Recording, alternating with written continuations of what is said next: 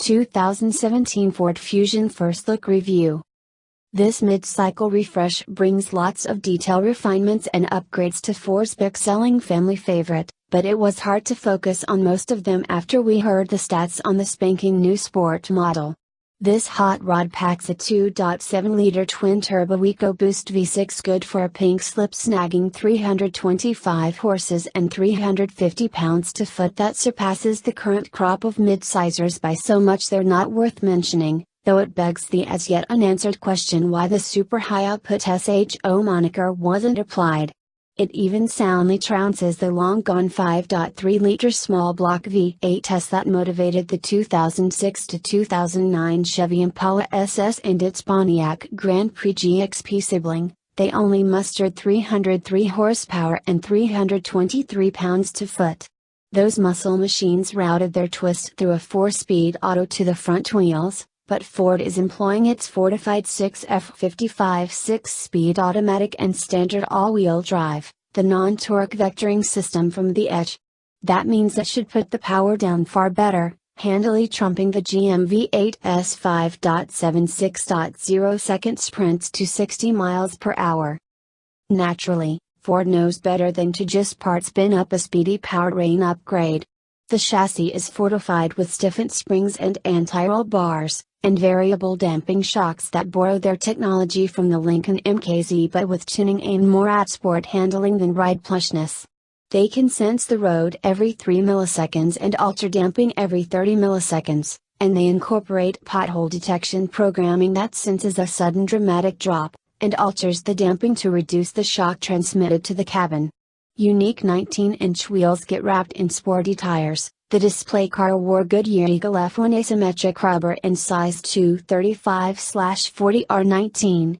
To match the woe to the go, the brakes are said to be upsized by 2 inches in front and almost an inch in back from the 11.8 inches currently fitted front and rear. The rears are also now vented. Sliding calipers are still used, with 2 pistons each in front, 1 in back. Centered on the new rotary shift knob is a sport button that alters the shift programming, throttle mapping, and active noise cancellation, so that it cancels fewer of the exhilarating tones when sporting along. This low, compact shifter design frees up loads of space, allowing the cup holders to reside more conveniently to the right of the shifter and providing easier access to a larger stowage bin at the front of the console, which now includes an LED illuminated smart USB charging port. All Fusions get this new shifter and console layout. Sport models are easily distinguished from the outside by their gloss black mesh grille and unique fascia that features a functional redesign to scoop air into the lower left outboard grille area where the heat exchanger resides for the dedicated air-to-water turbo intercooler. The revised front styling of all Fusions is said to represent a slight aerodynamic improvement. Out back are true dual exhaust exits with quad tips, and there's a, not terribly functional, decklit wing to suggest sportiness.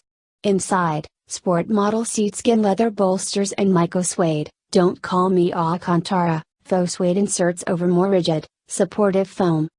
Beyond that, about all we can tell you about the sport model is that it will cost $34,350 when it hits the market this summer, following the rest of the Fusion line by about 2 months, and that it's expected to account for 35% of Fusion sales.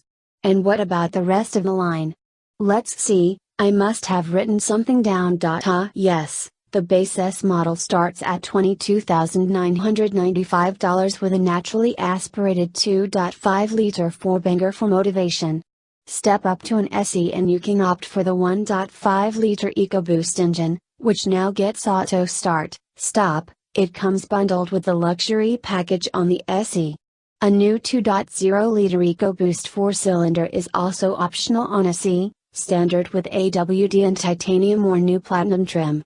The 2.0 gets the twin-scroll turbo and other upgrades found on the new Escape, but not its auto start, stop. That top-shelf platinum trim, which starts at $37,495, gets unique wheels, a choice of 2.0-liter EcoBoost, hybrid, or Energy drivetrains, both of which are largely unchanged, and a mesh grille like the Sports, only it's chromed, Lesser variants all get a horizontal bar design similar to the 2016 models, except it's now stretched out a bit wider, which the Ford designers said was to make it look less like it's yelling. Inside, there's real wood on the dash and door panels. The instrument panel and upper door panels are wrapped in genuine leather, the seat bolster leather gets Bentley reminiscent diamond quilting, and there's abundant contrast piping throughout. Other features that become optional on the new Fusions include Sync 3, Basic Sync 1.1 with the tiny screen is standard, pre-collision assist with pedestrian detection, a segment first, adaptive cruise control with stop-and-go functionality, and park assist for getting into and out of tight parallel or perpendicular spots.